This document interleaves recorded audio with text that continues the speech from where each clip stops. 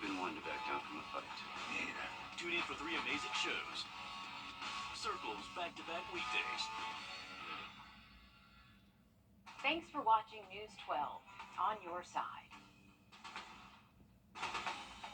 From the station that's on your side, News 12, first at 5, continues. Well, after a cooler week, we're warming up once again. We hope you enjoyed those cooler temps while they were here, because we're going back to that sticky summer heat. Unfortunately, we'll have your full forecast in just a few moments. Oh, those emojis. The Aiken Department of Public Safety says more arrests are coming after a brawl sent Aiken High School into a lockdown. 6 students already charged with misdemeanors for yesterday's fight around lunchtime. One student went to the hospital with a possible broken arm. Police say a knife was found near the fight, but today they continue to say it was not used by anyone. Still, parents continue to tell us they believe a weapon was used. The misdemeanor charge for those students is a fray, which is a large fight. And Will, you went out and spoke with Aiken Public Safety today. Where does this investigation stand? Yeah, the Department of Public Safety says that the students charged right now were from the outside portion of the fight. We know this went from the cafeteria to the hallway and then outside. And as they work to gather more details, they're expecting more arrests to come in this fight. But for officers on the scene, they say this could have been much worse than it was.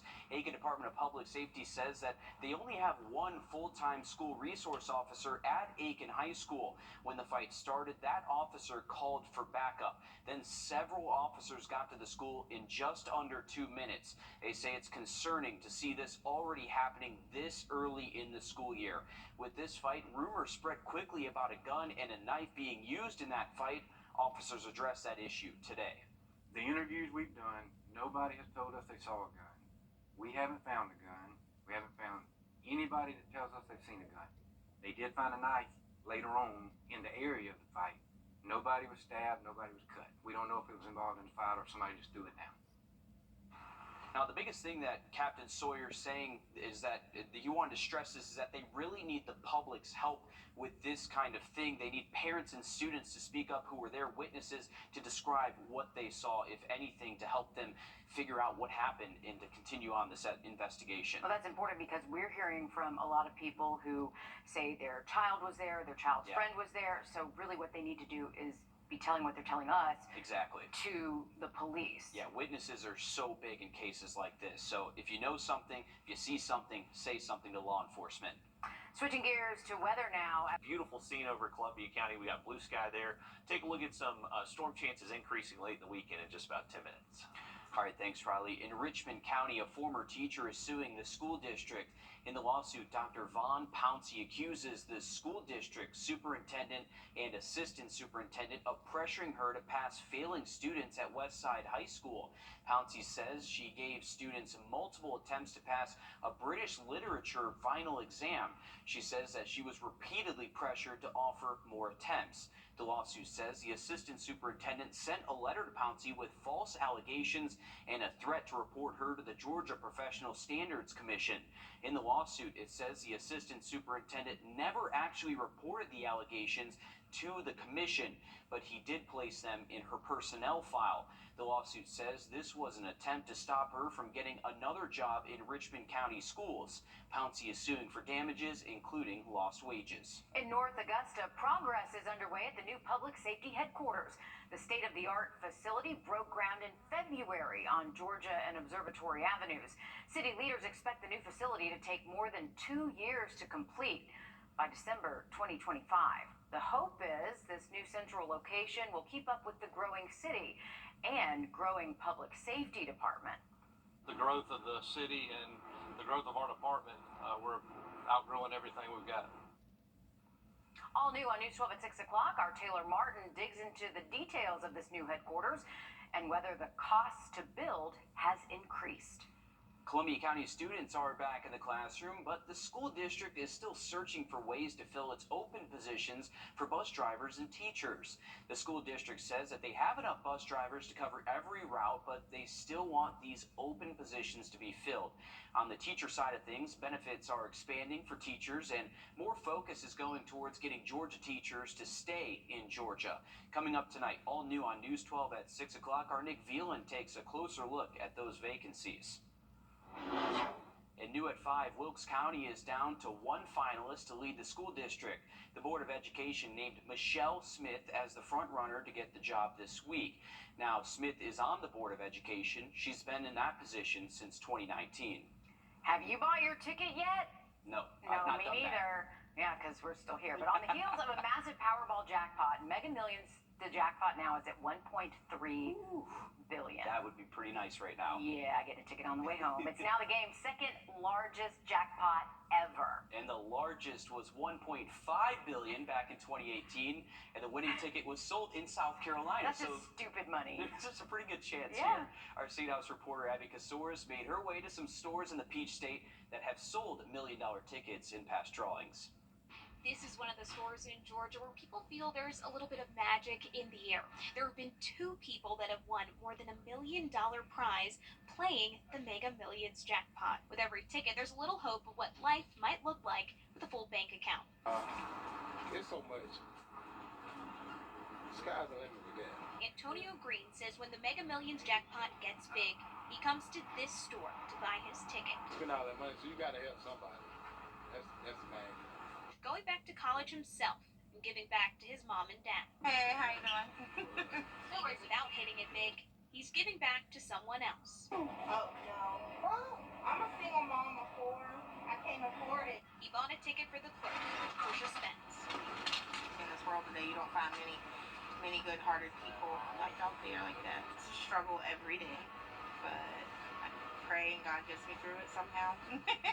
This year, everyone with tickets has a growing list of wants and needs that feels out of reach without a little boost. Thing would be a house for my kids and me, and then a car, and then college funds, car funds for all of them because they're all growing up so fast. The two are hoping the store will have another winner, maybe the big jackpot. The big prize tonight, one of the reasons why these people are stopping by on their way home. Now you have until 11 o'clock for that drawing. You can buy your tickets in store or on the app.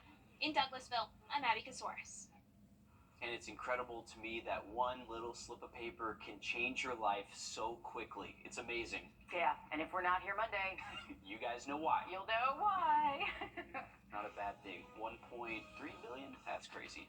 A South Carolina business celebrating a major milestone this weekend. Just ahead, how they're using the occasion to raise money for a good cause. Riley? And we've seen temperatures stay below average the last couple of days, but more seasonal heat heading our way for the weekend. We'll have that full forecast coming up.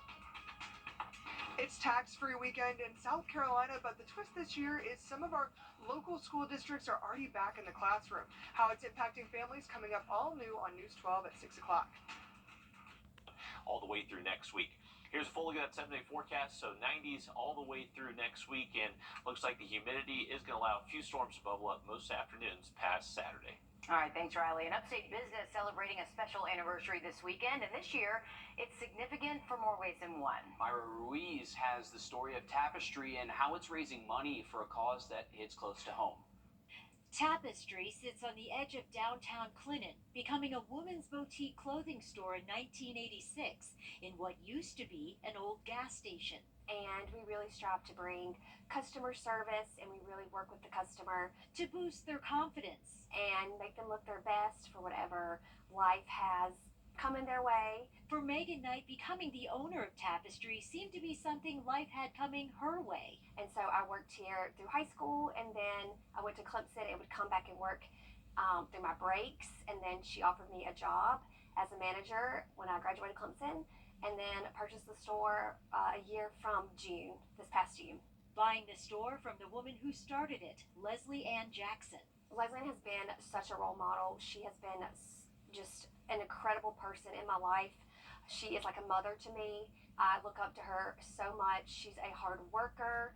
She is so driven. And these days determined to win her battle with cancer, mesothelioma. They gave her 6 months at the beginning, and it's been 5.5 years.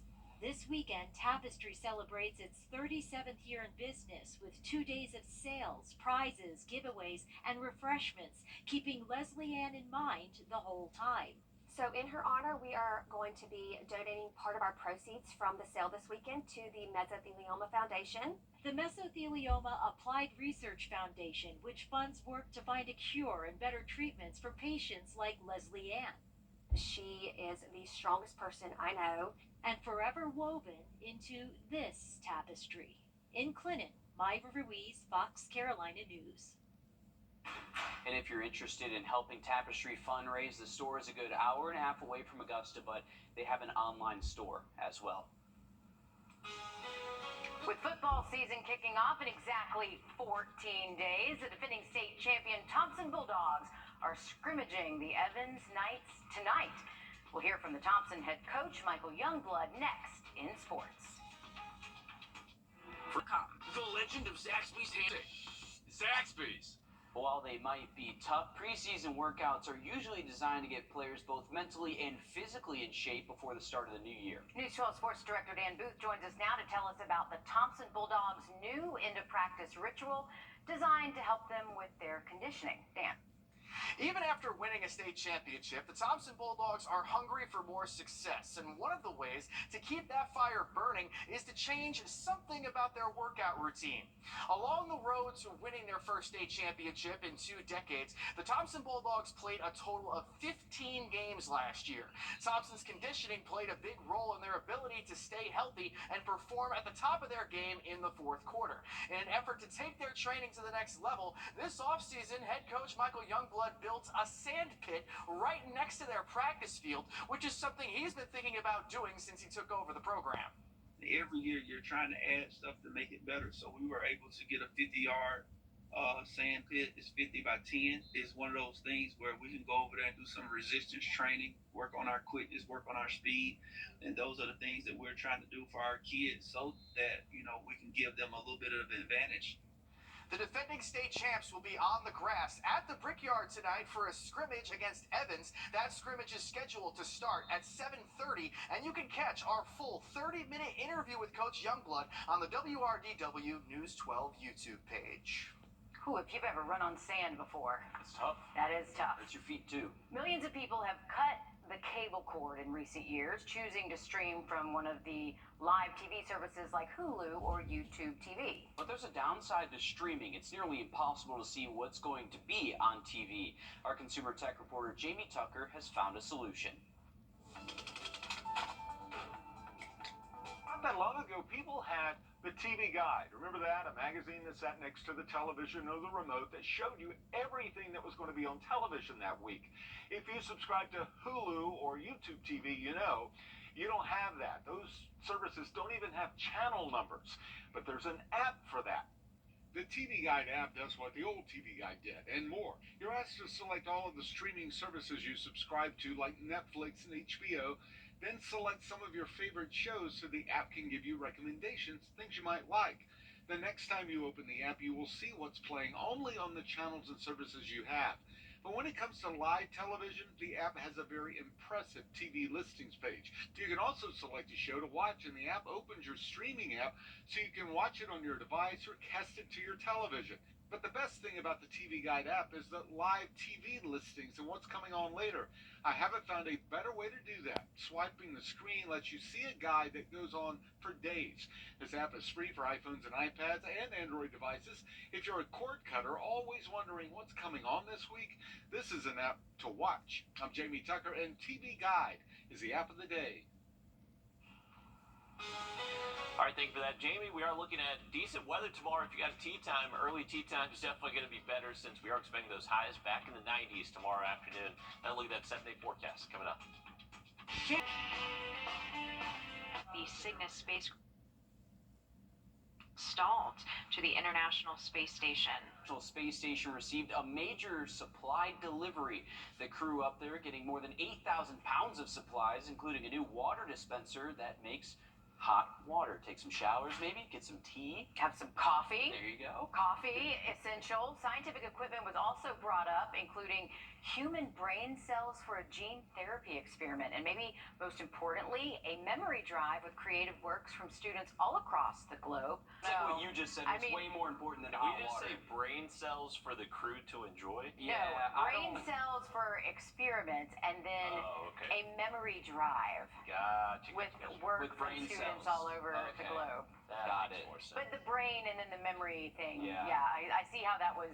In hot water, you can't forget about the hot water. There you go. And All three important things. I mean, it's crazy they can just deliver stuff up there like an Amazon package. Pretty crazy stuff. Drones. Hey, we are staying dry this evening into tonight. If you're heading out to SRP Park, temperatures are a little bit hotter than what we've seen over the past couple of days. We're in the low 90s still here in Augusta and North Augusta. It's feeling like a little bit hotter than that. So that's the only thing you have to worry about heading out to the game tonight. It's going to feel a little bit humid out there, but the rain is staying away from Augusta. We're looking at a tiny little downpour over Rennes and Jefferson County, and those are gradually working their way towards the coastline and going to stay away from us here in town. Now, the weekend outlook for us here in Augusta, we are looking at temperatures to be most likely hitting the 90s both afternoons, 93 Saturday, 94 on Sunday. We're not expecting much rainfall Saturday. It would be Sunday afternoon. We may have to monitor the chance for a few pop-up storms there. Once we get past the weekend, we're staying in the 90s all next week, looking very seasonal with a chance for a few storms each afternoon. All right, that's it for us for News 12 live at 5. News 12 at 6 o'clock starts right now. Don't go anywhere. Richard and Laura are up next. I'm here.